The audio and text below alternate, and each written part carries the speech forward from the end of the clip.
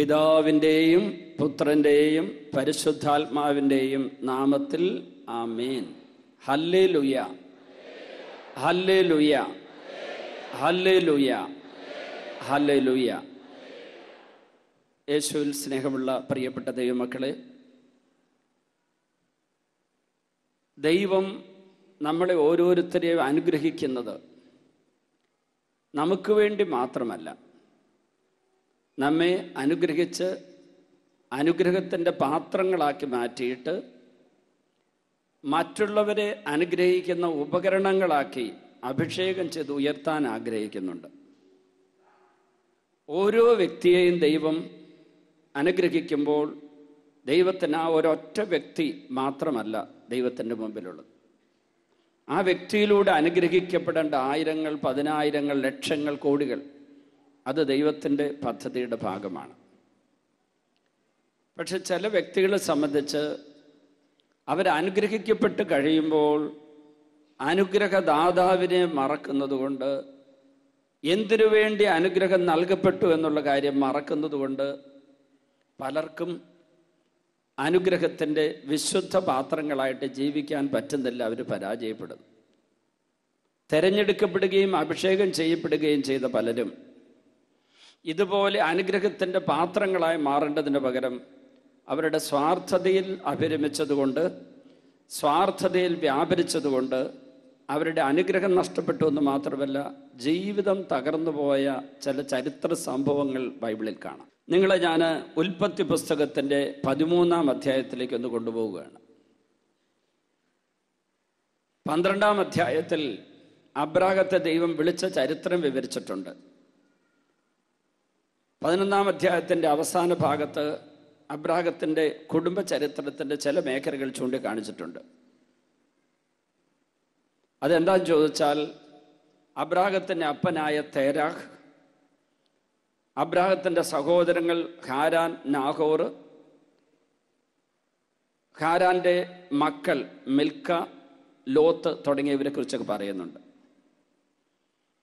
ഈ ഹാരാൻ്റെ മകനായ ലോത്തിനെ മക്കളില്ലാത്ത അബ്രാഹവും സാറായും കൂടി ദത്തെടുത്തു എന്ന് വേണമെങ്കിൽ നമുക്ക് നമ്മുടെ ഭാഷയിൽ പറയാം. അബ്രാഹത്തെ ദൈവം ഹാരാനിൽ നിന്ന് വിളിച്ച് കാനാൻ ദേശത്തേക്ക് കൊണ്ടുപോകുമ്പോൾ ഊർദേശത്ത് നിന്ന് അപ്പനും സഹോദരങ്ങളെല്ലാവരും കൂടി ഹാരാനിലെത്തി. ഹാരാനിൽ നിന്ന് പിന്നീട് ദൈവത്തിൻ്റെ വിളി സ്വീകരിച്ച അബ്രാഹം കാനാൻ ദേശത്തേക്ക് പോകുമ്പോൾ ആ ദൈവ വിളിയുടെ വെളിച്ചവും അഭിഷേകവും ലഭിച്ച അബ്രാഹം ഒരു നല്ല കാര്യം ചെയ്തു. അപ്പനില്ലാത്ത ലോത്തിനെ, അനാഥനായി തീർന്ന ലോത്തിനെ ദത്തെടുത്തതുപോലെ അവൻ്റെ കൂടെ കൊണ്ടുപോയി. അതൊരു വലിയ ഔദാര്യത്തിൻ്റെയും മഹാമനസ്കതയുടെയും വിശുദ്ധമായ ഒരു ജീവിതമുള്ളതിൻ്റെ തെളിവായിരുന്നു. അങ്ങനെ ലോത്തിനെയും കൂട്ടി സാറായും അബ്രാഹവും പരിവാരങ്ങളും കാനാദേശത്തേക്ക് പോകുമ്പോൾ ലോത്തിൻ്റെ കൂടെയും ആട്ടിൻപറ്റവും അതുപോലെ ഇടയന്മാരും മറ്റു പലരും കൂടെ ഉണ്ടായിരുന്നു എന്ന് കുറച്ച് കഴിയുമ്പോൾ നമ്മൾ മനസ്സിലാക്കും. 12-ാം അധ്യായത്തിലാണ് അവർ പോകുന്ന കാര്യം പറയുന്നത്. 13-ാം അധ്യായത്തിൽ നമ്മളിങ്ങനെ വായിക്കുകയാണ്. അതിൽ 1 മുതലുള്ള വചനങ്ങളിൽ, അബ്രാം ഭാര്യയോടും സ്വന്തമായ സകല സ്വത്തോടും കൂടി, സകലത്തോടും കൂടെ ഈജിപ്തിൽ നിന്നും നെഗബിലേക്ക് പോയി. ലോത്തും കൂടെ ഉണ്ടായിരുന്നു. അബ്രാമിന് ധാരാളം കന്നുകാലികളും സ്വർണവും വെള്ളിയും ഉണ്ടായിരുന്നു. അവൻ നെഗബിൽ നിന്ന് ബഥേൽ വരെയും ബഥേലിനും ആയിക്കുമിടയ്ക്ക് താൻ മുമ്പ് കൂടാരമടിച്ചതും ആദ്യമായി ബലിപീഠം പണിതതുമായ സ്ഥലം വരെയും യാത്ര ചെയ്തു. എവിടെയെങ്കിലും സെറ്റിൽ ഡൗൺ ചെയ്യാൻ വേണ്ടി, താമസിക്കാൻ വേണ്ടി, താമസം ഉറപ്പിക്കാൻ വേണ്ടി അനുകൂല സാഹചര്യം തേടി നടക്കുക. ഒരു സ്ഥലത്ത് മറ്റൊരിടത്തേക്ക് പോകും, അങ്ങോട്ടും ഇങ്ങോട്ടും അബ്രാഹം തേടി നടക്കുക. അതിനൊരു കാരണമുണ്ട്. കനാന്യരും പെരിസ്യരും വസിച്ചിരുന്ന നാടാണത്. അപ്പോൾ ഈ പെരിസ്യരും കനാന്യരുമുള്ള ഈ നാട്ടിൽ നാട്ടുകാരിൽ നിന്ന് ശല്യം ഉണ്ടാവരുത്, കുടിക്കാൻ വെള്ളം വേണം, കന്നുകാലികളെ, ആടുമാടുകളെ വളർത്താൻ ആവശ്യമായ വെള്ളവും അവയ്ക്ക് ആവശ്യമായ പുല്ലും കിട്ടുന്ന സ്ഥലമായിരിക്കണം, കൃഷി ചെയ്യണം, തൻ്റെ അതിജീവനത്തിന് ആവശ്യമായ കാര്യങ്ങളൊക്കെ അവിടെ ഉണ്ടായിരിക്കണം എന്നുള്ളതായിരുന്നു അബ്രാഹത്തിൻ്റെ നോട്ടം. അങ്ങനെ അവിടെ പല സ്ഥലത്തായിട്ട് നടന്നു. അബ്രാം അവിടെ കർത്താവിൻ്റെ നാമം വിളിച്ചപേക്ഷിച്ചു. കർത്താവ് അവനെ വിളിച്ചതിന് ശേഷം വളരെയേറെ കഷ്ടത സഹിച്ച് കാനാൻ ദേശത്തേക്ക് വരികയാണ്.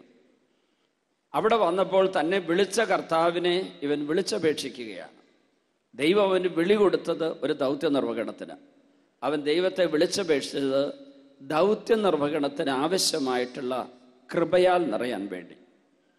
കർത്താവ് എന്നെ പൗരോഹിത്യത്തിലേക്ക്, ഇപ്പം ഈ ധ്യാനിച്ചുകൊണ്ടിരിക്കുന്ന അച്ഛനെ പൗരോഹിത്യത്തിലേക്ക്, ഈ സിസ്റ്റേഴ്സിനെ സന്യാസത്തിലേക്ക്, നിങ്ങളെ കുടുംബജീവിതത്തിലേക്ക് വിളിച്ചു. ഇത് ദൈവത്തിൻ്റെ വിളിയാണെങ്കിൽ ആ വിളിയോട് ചേർന്ന് പോകുന്ന കൃപ വരമായി നമുക്ക് കിട്ടണം. അതിനാണ് ഈ വിളിച്ചപേക്ഷ. വിളിച്ചപേക്ഷ എന്ന് പറയുന്നത് എന്തിനു വിളിച്ചപേക്ഷിക്കണം? തന്നുകൂടെ ദൈവത്തിന്? ദൈവത്തിന് അറിഞ്ഞുകൂടെ എനിക്കിത് ആവശ്യമാണെന്ന്? അവിടെയാണ് നമ്മളൊരു കാര്യം അറിയാനുള്ളത്. ദൈവം നൽകുന്ന അനുഗ്രഹങ്ങളെ സ്വീകരിക്കുവാനായിട്ട് ആത്മാവും മനസ്സും ശരീരവും ഒക്കെ ഒരുമിച്ച് തുറന്നു കൊടുക്കുന്ന അവസ്ഥയാണ് ഈ വിളിച്ചപേക്ഷ. അപ്പോൾ ദൈവം തരുന്ന അനുഗ്രഹങ്ങളെ പ്രാപിക്കാൻ വേണ്ടി ആത്മാവിനെയും മനസ്സിനെയും ശരീരത്തെയൊക്കെ ദൈവത്തിൻ്റെ നേരെ തിരിച്ചു വെക്കുകയാണ് വിളിച്ചപേക്ഷയിൽ. എന്തിനു പ്രാർത്ഥിക്കുന്നു? അങ്ങനെ ദൈവം ഇങ്ങോട്ട് കൃപയൊക്കെ തന്നുകൂടെ ദൈവത്തിന് എന്നൊരു ചോദ്യം നമ്മൾക്ക് ചിലപ്പം ചോദിച്ചെന്ന് വരും. നമ്മൾ ചോദിക്കാതെ ദൈവത്തിന് തന്നുകൂടെ? അവിടെ അറിയേണ്ടത് ദൈവം തരുന്നതിന് നമ്മൾ പ്രത്യുത്തരം കൊടുക്കുകയാണ്, അത് സ്വീകരിക്കുകയാണ് വിളിച്ചപേക്ഷയിലൂടെ. അബ്രഹാം അങ്ങനെ ചെയ്തു. അത് നമുക്കൊരു പാഠമാണ്. ദൈവം പൗരോഹിത്യത്തിൻ്റെ, സന്യാസത്തിൻ്റെ, കുടുംബജീവിതത്തിൻ്റെ ജീവിതാന്തസ്സുകളിലേക്ക് വിളിച്ച് വരം തന്നിട്ടുണ്ടെങ്കിലും നമ്മൾ ഈ വരത്തിനോട് ചേർന്ന് പോകുന്ന എല്ലാ കൃപകളും സ്വീകരിക്കാൻ വേണ്ടി ദൈവവുമായി നിരന്തരം ബന്ധപ്പെട്ടുകൊണ്ടിരിക്കണം. ഇതാണ് പ്രാർത്ഥന എന്ന് പറയുക. വിശ്വാസത്താൽ ദൈവവുമായി ബന്ധം സ്ഥാപിച്ചു കഴിഞ്ഞ നമ്മൾ, ഒരു ഉടമ്പടിയിലേക്ക് പ്രവേശിച്ച നമ്മൾ, നമ്മുടെ പ്രാർത്ഥനയിലൂടെ ദൈവവുമായിട്ടുള്ള ബന്ധം നിലനിർത്തിക്കൊണ്ടു പോകണം. അതാണ് വിളിച്ചപേക്ഷിച്ചു എന്ന വചനത്തിൽ നമ്മൾ പഠിക്കേണ്ടത്. 5-ാം വചനം ഇനി ശ്രദ്ധേയമായി പഠിക്കണം. അവൻ്റെ കൂടെ പുറപ്പെട്ട ലോത്തിനും ആട്ടിൻ പറ്റങ്ങളും കന്നുകാലിക്കൂട്ടങ്ങളും കൂടാരങ്ങളും ഉണ്ടായിരുന്നു. ഞാൻ പറഞ്ഞല്ലോ, അബ്രാഹത്തിനും സാറായിക്കുമുള്ള സമ്പത്തിൻ്റെ കൂടെ അവർ ദത്തെടുത്ത ഈ ലോത്തിനുമുണ്ട് ഇതുപോലെ തന്നെ സമ്പത്ത്. അതുവരെ എന്ന് പറഞ്ഞാൽ അവൻ എത്ര പ്രായമായി എന്നിവിടെ നമുക്ക് മനസ്സിലാകുന്നില്ലെങ്കിലും അവൻ സ്വന്തമായിട്ട് അധ്വാനിച്ച് കുറെ സ്വത്തുണ്ടാക്കി. ആട്ടിൻപറ്റങ്ങൾ, അതായിരുന്നു അവൻ്റെ സമ്പത്ത്. അന്നത്തെ കാലത്ത് ജനങ്ങളുടെ സമ്പത്ത് ഇതിലൊക്കെയാണ് കണക്കൂട്ടുന്നത്. ഇവിടെ പറഞ്ഞിട്ടുണ്ട് 5-ാം വചനത്തിൽ, ലോത്തിന് ആട്ടിൻപറ്റങ്ങൾ, കന്നുകാലിക്കൂട്ടങ്ങൾ, കൂടാരങ്ങൾ ഉണ്ടായിരുന്നു. ഇടയ്ക്ക് വസിക്കാൻ വേണ്ടി കൂടാരമടിച്ച വസിക്കുക, ടെൻറ്റ് കെട്ടിയിട്ട്. അവർക്ക് ഒന്നിച്ച് താമസിക്കാൻ ആ ദേശം മതിയായില്ല. കാനാൻ ദേശം മതിയായില്ല എന്ന് ഒറ്റ വായന നമുക്ക് തോന്നും. പക്ഷേ അവർ തൽക്കാലം വസിക്കുന്ന ഈ പ്രദേശം, അവരെവിടെയാണോ പോയി താമസിക്കുന്നത്, അവൻ നെഗബിൽ നിന്ന് ബഥേൽ വരെയും ബഥേലിനും ആയിക്കുമിടയ്ക്ക് താൻ മുമ്പ് കൂടാരം പിടിച്ചു ആദ്യമായി ബലിപീഠം പണിതതുമായ സ്ഥലം വരെ യാത്ര ചെയ്തു. അവിടെയാണ് ഒരു കൂടാരം പണിതിരിക്കുന്നത്. ആ പ്രദേശം ഇപ്പൊ തികയില്ല, കാനാദേശം തികയില്ലെന്നല്ല പറഞ്ഞത്. അവർക്ക് വളരെയേറെ സമ്പത്തുണ്ടായിരുന്നു. ഒന്നിച്ച് പാർക്കുക വയ്യാതായി. അബ്രാമിൻ്റെയും ലോത്തിൻ്റെയും കന്നുകാലികളെ മേയ്ക്കുന്നവർ തമ്മിൽ കലഹമുണ്ടായി. അക്കാലത്ത് കാനാൻകാരും പെരീസ്യരും ആ നാട്ടിൽ പാർത്തിരുന്നു.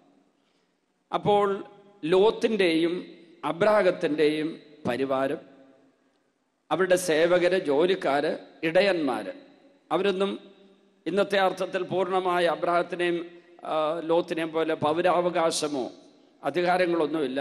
അവരുടെ തൊഴിലാളികൾ അല്ലെങ്കിൽ അവരുടെ ദാസര് അങ്ങനെയുള്ളവരാണ്.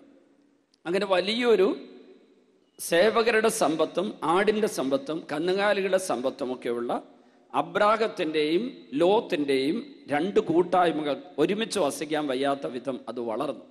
നമ്മുടെ വീട്ടിലും ഇതൊക്കെ സംഭവിക്കും. അപ്പനും അമ്മയും കുഞ്ഞുങ്ങളെ വളർത്തിക്കൊണ്ടുവരുന്നു. അക്കാലത്ത് ഒരുമിച്ച് കഴിയണം. പരാശ്രയം കുഞ്ഞുങ്ങൾക്ക് ഉണ്ട്. അവർ കൗമാരത്തിലേക്ക് കയറി യൗവനത്തിലെത്തി. അത് കഴിഞ്ഞ് 1, 2, 3 മക്കൾ വിവാഹിതരായി. അവരുടെ ജീവിത പങ്കാളികളെത്തി, അവർക്ക് കുഞ്ഞുങ്ങളുണ്ടായി. അപ്പോൾ സ്വാഭാവികമായി നമ്മൾ ആദ്യം ഒരുമിച്ചിരുന്നത് പോലെ ഇനിയും ഒരുമിച്ചിരുന്നാൽ മതി എന്ന് പലരും പറഞ്ഞ് ഞാൻ കേട്ടിട്ടുണ്ട്. അങ്ങനെ പറഞ്ഞ പല സ്ഥലങ്ങളിൽ പിന്നീട് ഭിന്നതയും കലഹവും ഉണ്ടായി, മുറിവേറ്റ് പിരിയേണ്ട ഒരവസ്ഥ ഉണ്ടായിട്ടുമുണ്ട്. അതിൻ്റെ സംഭവം ഞാൻ ഓർക്കുന്നുണ്ട്. അപ്പന് 4 ആൺമക്കളാണ് ഉള്ളത്. അവർ കല്യാണം കഴിച്ച എല്ലാവരും എൻ്റെ കൂടെ താമസിക്കും. ഞാനും എൻ്റെ ഭാര്യയും മക്കളും മരുമക്കളും പേരക്കിടാങ്ങളും ഒരുമിച്ച് താമസിക്കും, ഞങ്ങൾ വേർപിരിയില്ല എന്ന് അദ്ദേഹം എന്നോട് ഒരിക്കൽ പറഞ്ഞു. പക്ഷെ ഒന്നാമത്തെ മകൾ കല്യാണം കഴിച്ച് ഒരു കൊച്ചായി, രണ്ടാമത്തെ മകൻ്റെ കല്യാണം കഴിഞ്ഞു, ഒരു കുട്ടിയായി. അപ്പോൾ തന്നെ അവിടെ കുറച്ച് തർക്കങ്ങളും വഴക്കുകളൊക്കെ ഉണ്ടായി. ഞാൻ ആദ്യം അപ്പച്ചൻ എന്നോട് കാര്യം പറഞ്ഞപ്പോൾ ഞാൻ ഒന്നും മിണ്ടിയില്ല. കാരണം അനുഭവത്തിലൂടെ മനസ്സിലാക്കാനുള്ളതും ജ്ഞാനത്തോടെ ചെയ്യേണ്ടതുമായൊരു കാര്യം, ആ അറിവ് കിട്ടണമെങ്കിൽ കുറച്ച് അനുഭവം വേണം. അനുഭവത്തിലൂടെ കിട്ടുന്ന അറിവിന് കുറച്ചും കൂടി യാഥാർത്ഥ്യമായിട്ട് ബന്ധമുണ്ട്. അത് വീട്ടിലെ പശു പുല്ല് തിന്നില്ല എന്ന് പറഞ്ഞ പുസ്തകത്തിൽ പശുവിൻ്റെ പടം വരച്ചു വെച്ചാൽ ആ പശു പുല്ല് തിന്നില്ല. അത് ആ പുസ്തകത്തിലുള്ള ചിത്രം മാത്രമാണ്. അതുപോലെ ചില കാര്യങ്ങൾ നമ്മുടെ അറിവിൽ, നമ്മുടെ ബോധ്യത്തിൽ, നമ്മുടെ ധാരണയിലിരിക്കുന്നവ യാഥാർത്ഥ്യവുമായി 100% ബന്ധപ്പെട്ട് കിടക്കണമെന്നില്ല. അതൊരാശയമായിരിക്കാം, ഒരു ചിന്തയായിരിക്കാം, ഒരറിവായിരിക്കാം. അത് അനുഭവത്തിൻ്റെ തലത്തിൽ വരുമ്പോൾ അങ്ങനെ പോവില്ലായിരിക്കാം. അപ്പോൾ ഏതായിരുന്നാലും ഇതൊക്കെ പറഞ്ഞ് പിന്നീട് ഞാൻ തന്നെ ഒരിക്കൽ അവരോട് പറഞ്ഞു, ഞാൻ അറിയാനിട വന്നു. മകൻ്റെ ഭാര്യ എന്നോട് പറഞ്ഞു, അച്ഛന് ഞങ്ങൾക്കൊന്നും തരണ്ട, അച്ഛൻ എൻ്റെ ഡാഡിയുടെ, എൻ്റെ അമ്മായിയപ്പൻ്റെ ക്ലോസ് ഫ്രണ്ടാണെന്നറിയാം, അതുകൊണ്ട് പറയുകയാണ്, പറ്റുമെങ്കിൽ എൻ്റെ ഭർത്താവും ഞാനും വേറെ മാറി താമസിക്കാൻ അനുവദിക്കുക, വാടക വീടാണെങ്കിൽ അങ്ങനെ. ഞാൻ അപ്പനോട് പറഞ്ഞപ്പോൾ അപ്പൻ പറഞ്ഞു, അതാ പെണ്ണ് വന്ന് കുടുംബം കുളമാക്കുകയാണ്. ഞാൻ പറഞ്ഞു, അല്ല, അത് സ്വാഭാവികമായി നമ്മുടെ നാട്ടിലും വീട്ടിലൊക്കെ സംഭവിക്കേണ്ട കാര്യമാണ്. അവസാനം എല്ലാം വഷളായി കഴിഞ്ഞ് ബന്ധങ്ങളൊക്കെ തകർന്നു കഴിഞ്ഞാണ് ഈ അപ്പൻ്റെ പിടിവാശി ഉപേക്ഷിച്ചത്, വേറെ മാറി താമസിച്ചത്. ഇപ്പോൾ പുതിയൊരു ശൈലിയും കൂടെ വന്നിട്ടുണ്ട്. മകൻ്റെ കല്യാണം നടത്തുകയാണെങ്കിൽ അതിനു മുമ്പ് തന്നെ ഒരു ഫ്ലാറ്റ്, ഒരു വീട് മകന് മേടിച്ചു കൊടുത്തിരിക്കും. എന്നിട്ട് അവർക്ക് സ്വതന്ത്രമായി ആ വീട്ടിൽ താമസിക്കാം, ഇവിടെയും താമസിക്കാം.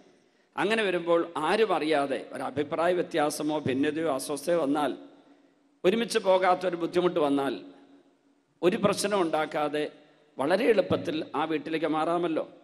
ഇത് ചില വീടുകളിൽ ഇപ്പം നടക്കുന്നുണ്ട്, അതൊരു കണക്കിന് നല്ലതുമാണ്. പക്ഷേ അങ്ങനെ എല്ലാവരും ഭിന്നിച്ചു പോകണമെന്നല്ല ഞാൻ പറയും. ഭിന്നിപ്പുണ്ടാകാതെ തന്നെ രണ്ടായി മാറി താമസിക്കാം. അപ്പൻ, മക്കൾ, മരുമക്കൾ, പേരക്കിടാങ്ങളൊക്കെ ആകുമ്പോൾ വേറെ മാറാം. ഇവിടെ അതുപോലൊരു സാഹചര്യം സംജാതമായിരിക്കും. അബ്രഹാം, ഞാൻ ഈ പറഞ്ഞ ആശയത്തിൻ്റെ ഉടമസ്ഥനായതുകൊണ്ട് ലോത്തിനെ വിളിച്ചു പറഞ്ഞു, നമ്മൾ തമ്മിലും നമ്മുടെ ഇടയന്മാർ തമ്മിലും കലഹമുണ്ടാക്കരുത്. കാരണം നമ്മൾ സഹോദരന്മാരാണ്. ഇവിടെയാണ് നമ്മൾ അറിയേണ്ടത്. ഇത് സഹോദരന്മാരല്ലെന്ന് ഈ പശ്ചാത്തലത്തിൽ നിന്ന് ഞാൻ പറഞ്ഞത് നിങ്ങൾക്ക് മനസ്സിലാക്കാം. അബ്രാഹത്തിന്റെ സഹോദരനായ ഹാരാന്റെ മകനാണിത്. സഹോദരപുത്രൻ സഹോദരനല്ല. നമ്മളെ സംബന്ധിച്ചിടത്തോളം അങ്ങനെയല്ല. പക്ഷേ ഇവിടുത്തെ ഈ ബൈബിളിലെ ഭാഷാ ശൈലിയിൽ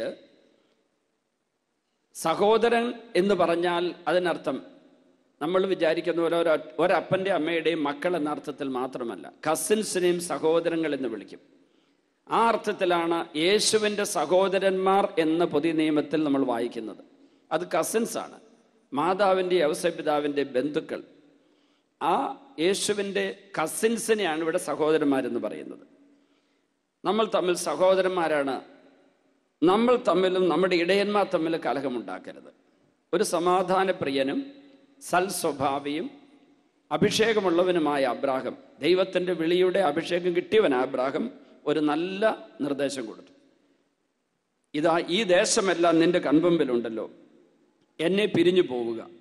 ഇടതുഭാഗമാണ് നിനക്ക് വേണ്ടതെങ്കിൽ ഞാൻ വലതുവശത്തേക്ക് പോയിക്കൊള്ളാം, വലതുഭാഗമാണ് നിനക്ക് ഇഷ്ടമെങ്കിൽ ഞാൻ ഇടത്തേക്ക് പോയിക്കൊള്ളാം. യോർദാൻ സമതലം മുഴുവൻ ജലപുഷ്ടിയുള്ള ഭൂമിയാണെന്ന് ലോത്ത് കണ്ടു. അപ്പോൾ അബ്രാഹം സഹോദരപുത്രൻ്റെ മുമ്പിൽ ഒരു നല്ല നിർദ്ദേശം വെച്ചു. ഈ കാണുന്ന ദേശമെല്ലാം നമ്മുടെ കൺമുമ്പിൽ, അവിടെ ജബൂസ്യരും പെരീസ്യരും കനാന്യരും അങ്ങനെ പല ഗണത്തിലുള്ള ആൾക്കാർ താമസിക്കുന്ന സ്ഥലമാണ്. പല വർഗങ്ങളിൽപ്പെട്ടവർ, വർഗമെന്നല്ല പല വിഭാഗങ്ങളിൽപ്പെട്ടവർ, പല മതവിശ്വാസികളുണ്ട്. അവരൊക്കെ ഉള്ള ഈ നാട്ടിൽ ദൈവം നമുക്ക് തന്ന വലിയൊരു ഭൂമിയാണിത്. ഇവിടെ ഈ വിശാലമായ ഭൂമിയിൽ നീ ഇടത്തോട്ടാണ് പോകുന്നെങ്കിൽ ഞാൻ വലത്തോട്ട് പോയിക്കൊള്ളാം, നീ വലത്തോട്ടാണ് പോകുന്നതെങ്കിൽ ഞാൻ ഇടത്തോട്ട് പോയിക്കൊള്ളാം.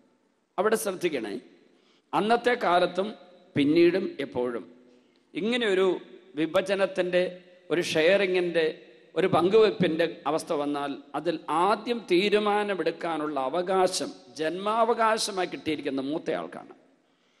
മുതിർന്നയാൾ മൂത്തയാൾക്കാണ് സെലക്ഷന്, ചൂസ് ചെയ്യാൻ, തിരഞ്ഞെടുക്കാനുള്ള ആദ്യത്തെ അവകാശം. പക്ഷെ അബ്രാഹാം അതും എടുത്തില്ല. ഇത് പല കുടുംബങ്ങളിൽ ഞാൻ കണ്ടിട്ടുണ്ട്.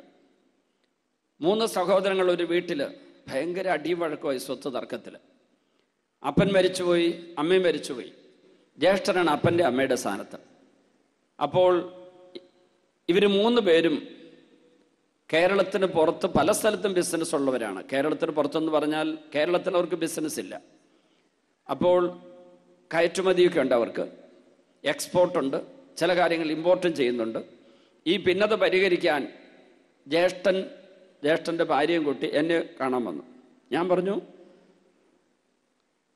നിങ്ങളുടെ സ്വത്ത് വീതിക്കുന്നു എന്നുള്ളത് ഒരു ദൈവികമായ കാര്യം തന്നെയാണ്, തെറ്റൊന്നുമില്ല. കാരണം ഇനി നിങ്ങളുടെ മക്കളുടെ കാലമാകുമ്പോൾ അത് കൂടുതൽ കോംപ്ലിക്കേറ്റഡ് ആകും, കോംപ്ലക്സ് ആകും. അതുകൊണ്ട് വീതിക്കണം. ഒത്തിരി നാളത് വീതിക്കാൻ നീട്ടി വെക്കരുത്. പക്ഷേ അത് എങ്ങനെ വീതിക്കും എന്നുള്ളത് പ്രശ്നം. ആര് വീതിക്കും? ഞാൻ പറഞ്ഞു, 3 സത്യസന്ധമായി ചേട്ടൻ 3 ഡിവൈഡ് ചെയ്യുക. 3 ഡിവൈഡ് ചെയ്യുമ്പോൾ ഈ ഭാര്യയോടോ മക്കളോടോ ഒന്നും ഇതൊന്നും ആലോചിക്കരുത്. 3 ഡിവൈഡ് ചെയ്തിട്ട് നിങ്ങൾ 3 സഹോദരന്മാർ ഒരുമിച്ച് കൂടിയിരുന്നിട്ട് മൂത്ത ജ്യേഷ്ഠൻ ആദ്യത്തെ ചാൻസ് എടുക്കരുത്. ഏറ്റവും ഇളയവന് ആദ്യം തിരഞ്ഞെടുക്കാൻ അവസരം കൊടുക്കുക, രണ്ടാമത്തെ ആൾക്ക് രണ്ടാമത് കൊടുക്കുക, മൂന്നാമത് 2 പേരും എടുക്കാത്ത ചേട്ടനെടുത്തു. ഇങ്ങനെ ചെയ്യുന്ന വിരോധമുണ്ടോ? ഒരു വിരോധമില്ല. ഇവർ സ്നേഹം മുറിഞ്ഞു പോകാതിരുന്നാൽ മതി. ഭാര്യ നല്ല വിശുദ്ധയായ സ്ത്രീയായിരുന്നു. ഒരു കുടുംബത്തിൽ ഈ സഹോദരങ്ങൾ തമ്മിലുള്ള കലഹത്തിന് ഒരു കാരണം ഈ കെട്ടിവരുന്ന പെണ്ണാകാൻ സാധ്യതയുണ്ട്. എപ്പോഴും ആകണമെന്നില്ല. പക്ഷെ ഇവിടെ ആ സ്ത്രീ പറഞ്ഞു അങ്ങനെ മതി. എന്നിട്ട് ഞാൻ പറഞ്ഞതുപോലെ തന്നെ ചേട്ടൻ ഏറ്റവും ഇളയ ആളോടും നേരെ മൂത്ത ആളോടും 2 അനിയന്മാരോട് പറഞ്ഞു, ഇങ്ങനെയാണ് കൊച്ചുമാത്തച്ഛൻ പറഞ്ഞിരിക്കുന്നത്. അപ്പോൾ ചേട്ടൻ രണ്ടാമത്തെ ആൾ പറഞ്ഞു, ഒരു കുഴപ്പമില്ല, എനിക്കതിന് വിരോധമില്ല, ഏറ്റവും ഇളയവൻ ആദ്യത്തെ ഇത് പങ്കെടുത്തോട്ടെ. 3 കുറിയിട്ടു. എന്നിട്ട് ആദ്യത്തെ കുറി എടുത്ത ഇളയനിയൻ രണ്ടാമത്തെ ആൾ അടുത്തെടുത്ത് 3ാമത്തെ കിട്ടി. ഒരു ഭിന്നതയില്ല, കാലകമില്ല, തർക്കമില്ല. പക്ഷെ അതിനു മുമ്പ് മക്കളോട് എല്ലാവരോടും ഒന്ന് ആലോചിച്ചൊക്കെ പറഞ്ഞു. മക്കളും പറഞ്ഞു, കൊച്ചുമാത്തച്ഛൻ അങ്ങനെ പറഞ്ഞില്ല, അങ്ങനെ തന്നെ നടക്കട്ടെ. ഒരു ഭിന്നതയും കലഹവും കൂടാതെ വീതിച്ചു എന്ന് മാത്രമല്ല, ബന്ധം മുറിയാതെ സ്വത്ത് പങ്കുവെക്കാൻ പറ്റും. ഇത് അബ്രാഹത്തിൻ്റെ ശൈലിയാണ്. ദൈവത്തിൽ നിന്ന് അബ്രാഹത്തിന് കിട്ടിയ ഒരു കൃപയാണ്. നമ്മുടെ ഭൂസ്വത്ത് പങ്കുവെക്കുമ്പോഴും അതുപോലെ നമ്മുടെ ഷെയർ പങ്കുവെക്കുമ്പോഴും ഒക്കെ സ്വാർത്ഥതയിലേക്ക് തിരിയുന്നതിന് കാരണം എനിക്കെല്ലാം വേണം, എനിക്കെല്ലാം കിട്ടണം. അതിൽ വളരെ അപകടം പിടിച്ച് വിഷം നിറഞ്ഞ ഈ തർക്കങ്ങൾ കൊണ്ടുവരാൻ സാധ്യതയുള്ളത് കെട്ടിവരുന്ന സ്ത്രീ അല്ലെ ആ സഹോദരന്മാരുടെ ഭാര്യമാരെ തീർന്നവരൊക്കെ ആയിരിക്കാം. ചിലപ്പോൾ മക്കളിലൂടെ ആയിരിക്കാം. ചിലപ്പോൾ ഈ വ്യക്തിക്ക് തന്നെ, ഈ ആൺകുട്ടികൾക്ക് തന്നെ അല്ലെങ്കിൽ പുരുഷന്മാർക്ക് തന്നെ ഈ പ്രശ്നം ഉണ്ടായെന്ന് വരാം. പക്ഷേ എനിക്ക് പരിചയമുള്ള ചില കുടുംബങ്ങളിലെ കലഹത്തിന് കാരണം കെട്ടിവന്ന പെണ്ണുങ്ങളത് അവനാ കൂടുതൽ, ഇതാ കൂടുതൽ, അതാ നിറവുള്ളത്, ഇതാ നിറവുള്ളതെന്ന് പറഞ്ഞ് കേട്ടിട്ടുണ്ട്. അത് ഇൻസെക്യൂരിറ്റി ഫീലിംഗ് എന്ന് പറയുന്ന അരക്ഷിതബോധം വന്നു കഴിഞ്ഞാൽ എന്ത് കിട്ടിയാലും തൃപ്തിയാവില്ല, എന്ത് കിട്ടിയാലും തൃപ്തിയാവില്ല. ഞാൻ ഒരിക്കൽ ഒരു വീട്ടിലൊരു കാഴ്ച കണ്ടു. ആങ്ങളെ ഗൾഫിൽ നിന്ന് വന്നു. എന്നിട്ട് പെട്ടി തുറന്ന് സഹോദരിമാരെല്ലാം നിൽക്കുക, 4 പെങ്ങന്മാരുണ്ട്. അതിൽ മൂത്തയാളുടെ ഭർത്താവ് കുറച്ച് കാശ് അങ്ങോട്ട് പോകാൻ നേരത്ത് കുറച്ച് ചെലവിന് കൊടുത്തിട്ടുണ്ടായിരുന്നു. അതുകൊണ്ട് അവരാണ് ഇതിൽ ആദ്യത്തെ ഷെയർ സ്വീകരിക്കാൻ നിൽക്കുന്നത്. എന്നിട്ട് അഴിച്ച് 3 കെട്ടും 3 പാക്കറ്റായിട്ട് ഇയാൾ പൊതിഞ്ഞതിൻ്റെ അകത്ത് വെച്ചിട്ടുണ്ട്. ഈ 3 പേരും ഗൾഫിൽ നിന്ന് കൊണ്ടുവന്ന, അത് വർഷങ്ങൾക്ക് മുമ്പാണ്, ഗൾഫിൽ നിന്ന് കൊണ്ടുവന്ന വസ്ത്രം അല്ലെ സാധനങ്ങളുടെ സമ്മാനങ്ങളാണ് ഇത് കിട്ടാൻ പോകുന്നത്. അത് 3 പേരിങ്ങനെ വാങ്ങിയിട്ട് ആരും അവരുടെ പാക്കറ്റ് നോക്കുന്നില്ല, അപ്പുറത്തോട്ട് ഇപ്പുറത്തോട്ട് നോക്കി നിൽക്കുക. അയാൾക്ക് എന്താ കിട്ടിയത് നോക്കി നിൽക്കുന്നത്. ഞാൻ ഉറക്കെ ഒരു ചിരി ചിരിച്ച് പറഞ്ഞു, എൻ്റെ സഹോദരിമാരെ, ഏറി വന്നാൽ 1-2 വർഷം നീണ്ടു നിൽക്കുന്ന വസ്ത്രമോ കുറച്ച് പെർഫ്യൂമോ പൗഡറോ ഇതൊക്കെയാണിത്. അത് കഴിഞ്ഞിട്ട് ഞാനിതിന് പിന്നെയും കളിയാക്കിയപ്പം ഭക്ഷണ സമയത്ത് ഈ സഹോദരിമാർ 3 പേരും കൂടെ പറഞ്ഞു, അച്ഛനിതെല്ലാം പറയാം, അച്ഛന്മാർക്കൊന്നും ഒരു ഇഷ്ടം പോലെ കിട്ടുമല്ലോ. ഞാൻ പറഞ്ഞു, അന്ന് എനിക്കിങ്ങനെ ആരുടെ അടുത്ത് കിട്ടുന്ന കാലമില്ല. ഞാൻ പറഞ്ഞു, എനിക്കൊന്നും കിട്ടുന്നില്ല, അന്ന് ഞാൻ പോട്ടയിലാണ്. അപ്പം ഞാൻ പറഞ്ഞു, ഞാൻ നിങ്ങളുടെ ആരുമല്ലെങ്കിൽ നിങ്ങളോടൊരു കാര്യം പറയുക, നിങ്ങൾക്ക് കിട്ടിയത് എന്താണെന്നല്ല നിങ്ങൾ നോക്കിയത്, അങ്ങോട്ടും ഇങ്ങോട്ടും അല്ല നോക്കിയത്. അപ്പോൾ മൂത്ത മകൻ്റെ ഭാര്യ പറഞ്ഞൊരു വാക്കുണ്ട്, എന്നോട് ഒറ്റയ്ക്ക് വിളിച്ച് പറയുക, എന്നാലും അവന് കുറച്ചും കൂടെ മനസാക്ഷി കാണിക്കായിരുന്നു. എന്നിട്ട് എന്ത് പറ്റി? അങ്ങോട്ട് പോകാൻ കാശ് എൻ്റെ കെട്ടിയോൻ കൊടുക്കണം, തിരിച്ചു വന്നപ്പം എല്ലാവർക്കും തുല്യം. ഞാൻ പറഞ്ഞു, അതല്ലേ മോളെ നല്ലത്, അതല്ലേ സഹോദരി നല്ലത്, തുല്യമായിട്ട് കൊടുത്ത തർക്കമില്ലല്ലോ, എന്തിനാണ് ഇതിനു വേണ്ടി വഴക്കുണ്ടാക്കുന്നത്? നോയ്ഷറ്റിൽ വെച്ച്, ഞാൻ നോയ്ഷറ്റിലായിരുന്ന കാലത്ത് തണുപ്പ് കാലത്ത് ഒരു ഓവർകോട്ട് വയനാട്ടിൽ ധരിക്കാൻ ഞങ്ങളുടെ നോയിസ് മാസ്റ്റർ അച്ഛൻ അനുവദിക്കും. അന്നത്തെ ഞങ്ങളുടെ നോയിസ് മാസ്റ്റർ അച്ഛൻ്റെ പേര് സെബാസ്റ്റ്യൻ ചെറുവള്ളാത്തുനിന്നാണ്. അദ്ദേഹം ഈ കോട്ട് എല്ലാം അങ്ങോട്ട് മേശപ്പുറത്തേക്ക് ഇട്ടു. ഓരോരുത്തരും എടുത്തോളാൻ പറഞ്ഞു. എന്നിട്ട് ആദ്യം തന്നെ അച്ഛൻ ഒരു 2 എണ്ണം എടുത്തങ്ങ് മാറ്റി വെച്ചു. എന്നിട്ട് നിങ്ങളെല്ലാവരും എടുത്തോളാൻ പറഞ്ഞു. എല്ലാവരും ചാടി വീണ് അതിവിടെയൊക്കെ പെറുക്കി. ഒരാൾ തോമസ് കൊളേക്കൊന്തൽ എന്ന് പറയുന്ന ഒരാൾ എൻ്റെ കൂടെ എന്ന സെമിനാരിലുണ്ട്. അയാൾ അവിടെ അനങ്ങാൻ നിൽപ്പുണ്ട്. എന്താ ബ്രദർ എടുക്കാത്തത്? അപ്പോൾ അയാൾ പറഞ്ഞു, എല്ലാവരും എടുത്തു കഴിഞ്ഞ് ബാക്കിയുള്ളത് എനിക്ക് മതി എന്ന് പറഞ്ഞു. ഉടനടി നോയിസ് മാസ്റ്റർ അച്ഛൻ സെബാസ്റ്റ്യൻ ചെറുവള്ളാത്തച്ഛൻ എടുത്ത് മാറ്റി വെച്ചിരുന്ന ഏറ്റവും നല്ല പീസ് എടുത്ത് ആ ബ്രദറിൻ്റെ കൊടുത്തു. Hallelujah, hallelujah. അത് ഞങ്ങൾക്കൊക്കെ ഒരു പാഠമായിരുന്നു. ഞാൻ ഉരുട്ടിപ്പിടുത്തത്തിനൊന്നും പോയില്ല കേട്ടോ. ഞാനവിടെ എൻ്റെ മുമ്പിൽ ആദ്യം എൻ്റെ കൈ തൊട്ട ഞാൻ എടുത്തതേ ഉള്ളൂ.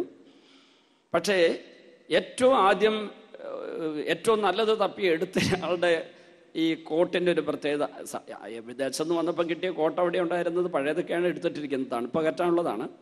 അതിൻ്റെ കഷം കുറച്ച് കീറിയതാണ്. ഏറ്റവും നല്ലതെന്ന് കരുതി എടുത്ത് ഏറ്റവും മോശമായിരുന്നു. എനിക്ക് ഏറ്റവും പഴയത് മതി, അവസാനത്തെ മതി എന്ന് പറഞ്ഞാൽ ഏറ്റവും നല്ല കിട്ടുകയും ചെയ്തു. നമുക്ക് മറ്റുള്ളവർക്ക് കൂടുതൽ കിട്ടട്ടെ, നല്ലത് കിട്ടട്ടെ, അത് എനിക്ക് വേണമെന്ന് നിർബന്ധമില്ല എന്ന് പറയുമ്പോഴാണ് അഭിഷേകം വരിക. അബ്രാഹാം അത് ചെയ്തു.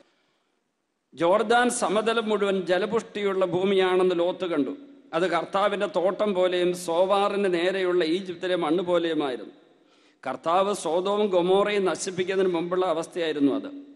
ലോത്ത് ജോർദാൻ സമതലം തെരഞ്ഞെടുത്തു. അവൻ കിഴക്കോട്ട് യാത്ര തിരിച്ചു. അങ്ങനെ അവർ തമ്മിൽ പിരിഞ്ഞു. 12-ാം വചനം. അബ്രാം കാനാൻ ദേശത്ത് താമസമാക്കി. ലോത്ത് സമതലത്തിലെ നഗരങ്ങളിലും വസിച്ചു. അവൻ സോദോമിനടുത്ത് കൂടാരമടിച്ചു. അടുത്ത വചനം 13. സോദോമിലെ ആളുകൾ ദുഷ്ടന്മാരും കർത്താവിൻ്റെ മഹാപാപികളുമായിരുന്നു. അതായത് അബ്രാഹാം പോയത് മരുഭൂമിയിലേക്കാണ്. ഫലപുഷ്ടിയുള്ള മണ്ണുമല്ല, ജലപുഷ്ടിയുള്ള സ്ഥലമല്ല. ജോർദാന്റെ സമതലമാണ് ലോത്ത് തിരഞ്ഞെടുത്തത്. അവിടെ ജലപുഷ്ടിയുണ്ട്, ഫലപുഷ്ടിയുണ്ട്, നല്ല വളക്കൂറുള്ള മണ്ണുണ്ട്. ഈ ഭൗതികമായ ലൗകികമായ സമൃദ്ധിയുടെ പച്ചപ്പിലേക്ക് ലോത്ത് ഇറങ്ങിയെങ്കിലും അതൊരു നാശത്തിലേക്കുള്ള ഇറക്കമായിരുന്നു. പിന്നീട് സോദോം ഗൊമോറയിലെ പാപം പെരുകി പെരുകി പെരുകി സ്വവർഗരതിയുടെ ഭീകരമുഖ ഭാവവുമായി അവതരിക്കുന്നത് 19-ാമത്തെ അധ്യായത്തിൽ നമ്മൾ കാണും. സോദോമിന്റെ പാപത്തെക്കുറിച്ച് പറയുന്നത്, ദൈവദൂതന്മാർ അവിടെ പ്രത്യക്ഷപ്പെട്ടു. അവിടുത്തെ ജനങ്ങളുടെ നിലവിളി കേട്ടു. ഉൽപ്പത്തി 18:21 പറയുകയാണ്, 20 മുതലുള്ള വചനങ്ങൾ.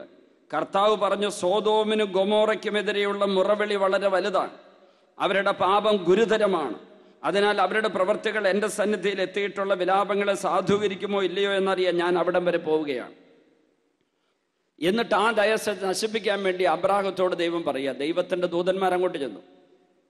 ഒരുപക്ഷെ ദൈവം തന്നെ മനുഷ്യരൂപത്തിൽ പ്രത്യക്ഷപ്പെട്ടതുമാകാം. അപ്പൊ ഈ ദൈവദൂതന്മാർ ചെന്നപ്പോഴേക്ക് ആ പ്രദേശ ജനങ്ങൾ എന്തു ചെയ്യുന്നറിയോ? ലോത്തിന്റെ വീട്ടിൽ വന്നിരിക്കുന്ന ഈ അതിഥികളെ അവർക്ക് വേണം. എന്നിട്ട് പറയുകയാണ്, ഇങ്ങനെയാ പറഞ്ഞിരിക്കുന്നത്, രാത്രി നിന്റെ അടുക്കൽ വന്നവരെവിടെ? ഞങ്ങൾക്ക് അവരുമായി സുഖഭോഗങ്ങളിൽ ഏർപ്പെടേണ്ടതിന് അവരെ പുറത്തു കൊണ്ടുവരിക. ലോത്തിന്റെ കൂടെ വന്നിരിക്കുന്ന ഇവരെ കുറിച്ച് നമ്മൾ വായിക്കുകയാണ്. ആ 2 ദൂതന്മാർ സോദോമിൽ ചെന്നു. ലോത്തിനെ കണ്ടു, ലോത്തിന്റെ വീട്ടിൽ കയറി. അപ്പോഴാണ് ആ നാട്ടിലെ പുരുഷന്മാർ പറയുന്നത്, ഈ ദൈവപുരുഷന്മാർ അല്ലെങ്കിൽ ദൂതന്മാരായ 2 പേര് ഞങ്ങൾക്ക് തരിക. സ്വവർഗരതിക്ക് വേണ്ടി അവർ ഡിമാൻഡ് ചെയ്യുക. സ്വവർഗരതി എന്ന പാപത്തിന്റെ ആദ്യ വിവരണം ബൈബിളിൽ നമ്മൾ കാണുകയാണ്. ഇത് റോമാലേഖനം 1-ാം അധ്യായത്തിൽ 24 മുതൽ 32 വരെയുള്ള വചനങ്ങളിൽ മരണശിക്ഷാർഹമായ പാപമാണെന്ന് ബൈബിളിൽ പറഞ്ഞിരിക്കുന്നതാണ്. റോമാലേഖനത്തിന്റെ 1-ാം അധ്യായത്തിൽ മരണശിക്ഷാർഹമായ പാപമാണ് ഇത് എന്നാണ് പൗലോസ്ലീഹ പറഞ്ഞിരിക്കുന്നത്. 1-ാം അധ്യായത്തിന്റെ 18 മുതൽ മനുഷ്യത്തിന്മയെക്കുറിച്ച് പറഞ്ഞ് 24 മുതലാണ് സ്വവർഗരതിയെക്കുറിച്ച് പറഞ്ഞ് 32 വരെ. അത് മരണശിക്ഷാർഹമായ പാപമാണ്. അങ്ങനെയുള്ള പാപത്തെ ചെയ്തെന്ന ആ നാട്ടിലെ പുരുഷന്മാരാണ് ദൈവപുരുഷന്മാരെ അങ്ങോട്ട് വിട്ടുകൊടുക്കാൻ പറഞ്ഞത്. അപ്പോഴാണ് ദൈവം ലോത്തിനോടും ഭാര്യയോടും 2 പെൺമക്കളോടും ഒരു കാര്യം പറഞ്ഞു. ഈ പെൺമക്കളെ കെട്ടാനുള്ള ആൺപിള്ളേരോടും പറയുക, നാട് വിട്ടുപോക്കൂ, ഇവിടെ ഇപ്പോൾ നശിപ്പിക്കാൻ പോവുക. പക്ഷേ ലോത്തിൻ്റെ കൂടെ ഇറങ്ങി പുറപ്പെടേണ്ട ഭാര്യയ്ക്ക് അതിൽ വലിയ സന്തോഷം ഉണ്ടായിരുന്നില്ല. കാരണം അവൾക്ക് അവിടുത്തെ പച്ചപ്പും സമൃദ്ധിയും ആ പാപത്തിൻ്റെ അവസ്ഥയൊന്നും അവളെ കാര്യമാക്കിയില്ല. അതൊന്നും പ്രശ്നമല്ല. ഇവിടെ സമൃദ്ധിയുണ്ട്, ഇവിടെ സുഖഭോഗങ്ങളിൽ അല്ലെങ്കിൽ സുഖത്തിനുള്ള കാര്യങ്ങൾ കൂടുതലുണ്ട്. ഇവിടുന്ന് പോയാൽ ഇൻസെക്യൂരിറ്റിയാണ്, എങ്ങോട്ട് പോകും? അങ്ങനെ ഒരു അരക്ഷിതാവസ്ഥയിലേക്ക് പോകാൻ അവളുടെ മനസ്സനുവദിച്ചില്ല. അതുകൊണ്ട് അവൾ അവിടെ തന്നെ നിന്നു. പക്ഷേ ഈ ലോത്ത് ഇവരെ ഭാര്യയും മക്കളെയും കൈപിടിച്ചുകൊണ്ട് അങ്ങ് പോവുക, ദൂരേക്ക് പോവുകയാണ്. ദൈവം തീയും ഗന്ധകമൊക്കെ നശിപ്പിക്കുന്ന നാട്ടിൽ നിന്ന് ഓടിയകലാൻ പോവുകയാണ്. പ്രിയപ്പെട്ടവരെ, ഈ പെൺമക്കളെ വിവാഹം കഴിക്കാനുള്ള ആൺപിള്ളേര് കളിയാക്കി, ഇത് തമാശയായിട്ട് എടുത്തു. അവർ പോയില്ല. അവസാനം ലോത്തും ഭാര്യയും 2 പെൺമക്കളും ഓടി. പക്ഷേ ഭാര്യ അവരുടെ കൂടെ ചെന്നില്ല, അവിടെ തന്നെ നിന്നു. അവൾ ആ നാശത്തിന് ഒഴിഞ്ഞിട്ട ഭൂമിയിൽ വെച്ച് നാശമടഞ്ഞു എന്നാണ് അവൾ ഉപ്പുതൂണ എന്ന് പറഞ്ഞതിൻ്റെ അർത്ഥം. അതല്ല നമ്മുടെ പ്രധാനപ്പെട്ട ചിന്താവിഷയവും ധ്യാന വിഷയവും. ലോത്ത് അബ്രാഹത്തോട് ചെയ്തത് ശരിയായിരുന്നു. അബ്രാഹം ഇവൻ്റെ മുമ്പിൽ ഒരു തെരഞ്ഞെടുപ്പിന് അവസരം കൊടുത്തപ്പോൾ നമ്മളൊക്കെ ധ്യാനിക്കേണ്ട ഒരു വിഷയമാണ്. വൃദ്ധനായ തന്നയ്ക്ക് അപ്പനെ പോലെ ആയി തീർന്ന അബ്രാഹമിന് കൂടുതൽ സുഖമുണ്ടാകട്ടെ എന്ന് പറഞ്ഞ് അബ്രാഹത്തിനെ അങ്ങോട്ട് വിടുകയല്ലേ വേണ്ടത്. പക്ഷെ അവനെന്ത് നോക്കി? അവന് സുഖവും സുരക്ഷിതത്വവും സമൃദ്ധിയും നൽകുന്നതെന്തോ അത് അവന് വേണം. ഇത് നമ്മുടെ കുടുംബങ്ങളിലൊക്കെ ഉണ്ടാകുന്നുണ്ട്. ഭൂമി വീതം വെക്കുമ്പോഴും സാമ്പത്തികമായിട്ടുള്ള മേഖലയിൽ ഇടപെടുമ്പോഴും ലോത്തിൻ്റെ മനോഭാവം നമ്മുടെ ജീവിതത്തിൽ വന്നാൽ അത് പിന്നീട് നമുക്ക് തന്നെ നാശമായിട്ട് തീരും. എല്ലാവരും എഴുന്നേറ്റ് നിന്നുകൊണ്ട് കണ്ണടച്ച് ഈ പ്രാർത്ഥന ഏറ്റുചൊല്ലുന്നു. കാരുണ്യവാനായ ഈശോയെ, രക്ഷകനായ ഈശോയെ, ലോകവും ലോകത്തിൻ്റെ സമ്പത്തും സുഖഭോഗങ്ങളും സമൃദ്ധിയും ഞങ്ങളുടെ ആത്മാവിൽ വിഗ്രഹമായി കയറാതിരിക്കാൻ, മനസ്സിൽ അതിനോടുള്ള താല്പര്യം ഉറഞ്ഞുകൂടാതിരിക്കാൻ, സ്വർഗീയ കാര്യങ്ങളിൽ, ദൈവീക നന്മകളിൽ, ദൈവാനുഗ്രഹങ്ങളിൽ മനസ്സും ഹൃദയം ഉറപ്പിക്കുവാൻ അനുഗ്രഹം തരണമേ. സമ്പത്തിനു വേണ്ടി ഈ ലോകത്തിലെ നശിച്ചു പോകുന്ന, അഴിഞ്ഞു പോകുന്ന ഭൗതിക സമ്പത്തിനു വേണ്ടി, അതിലൂടെയുള്ള സമൃദ്ധിക്ക് വേണ്ടി, അങ്ങനെയുള്ള നേട്ടങ്ങൾക്ക് വേണ്ടി വഴക്കുണ്ടാക്കുന്ന, കേസുണ്ടാക്കുന്ന, കലഹമുണ്ടാക്കുന്ന എല്ലാ സ്വഭാവങ്ങളിൽ നിന്നും ഞങ്ങളെ മോചിപ്പിക്കണമേ. ഈശോയെ, ഞങ്ങളെ അനുഗ്രഹിക്കണമേ. ഹല്ലേലൂയ, ഹല്ലേലൂയ, ഹല്ലേലൂയ, ഹല്ലേലൂയ, ഹല്ലേലൂയ, ഹല്ലേലൂയ. കർത്താവേ, ലൗകിക സമ്പത്ത്, ലോകത്തിലെ സുഖഭോഗങ്ങൾ, അതിനോടുള്ള അമിതമായ താല്പര്യത്തിൽ നിന്നും അതിൻ്റെ സ്വാധീന ബന്ധനങ്ങളിൽ നിന്നും ഞങ്ങളെ മോചിപ്പിക്കണമേ. ഹല്ലേലൂയ, ഹല്ലേലൂയ, ഹല്ലേലൂയ, ഹല്ലേലൂയ, ഹല്ലേലൂയ, ഹല്ലേലൂയ, ഹല്ലേലൂയ, ഹല്ലേലൂയ, ഹല്ലേലൂയ, ഹല്ലേലൂയ, ഹല്ലേലൂയ, ഹല്ലേലൂയ, ഹല്ലേലൂയ, ഹല്ലേലൂയ, ഹല്ലേലൂയ. കർത്താവായ ഈശോയെ ശുശ്രൂഷ പങ്കെടുക്കുന്ന ഓരോരുത്തർക്കും ഭൗതിക സമ്പത്തിനോടും സുഖഭോഗങ്ങളോടും നേട്ടങ്ങളോടുള്ള ഹൃദയത്തിലെ, മനസ്സിലെ വലിയ അടിമത്തത്തിൽ നിന്ന് മോചിപ്പിക്കണമേ. അതിനുള്ള വലിയ ദാഹങ്ങളിൽ നിന്ന് മോചിപ്പിക്കണമേ. സ്വർഗീയ കാര്യങ്ങളിൽ, ദൈവിക കാര്യങ്ങളിൽ, സ്വർഗീയ നേട്ടങ്ങളിൽ മനസ്സും ഹൃദയം ഉറപ്പിക്കട്ടെ എന്ന് പ്രാർത്ഥിക്കുന്നു. അതിനുള്ള കൃപ നൽകണേ കർത്താവേ. എല്ലാ തിന്മകളെ വേര് പറിച്ചു കളയണമേ. അനുഗ്രഹം കൊണ്ട് നിറയ്ക്കണമേ, അഭിഷേകം കൊണ്ട് നിറയ്ക്കണമേ. ഹല്ലേലൂയ, ഹല്ലേലൂയ, ഹല്ലേലൂയ, ഹല്ലേലൂയ, ഹല്ലേലൂയ, ഹല്ലേലൂയ, ഹല്ലേലൂയ, ഹല്ലേലൂയ, ഹല്ലേലൂയ, ഹല്ലേലൂയ, ഹല്ലേലൂയ, ഹല്ലേലൂയ, ഹല്ലേലൂയ, ഹല്ലേലൂയ. യേശുവേ നന്ദി, യേശുവേ സ്തോത്രം.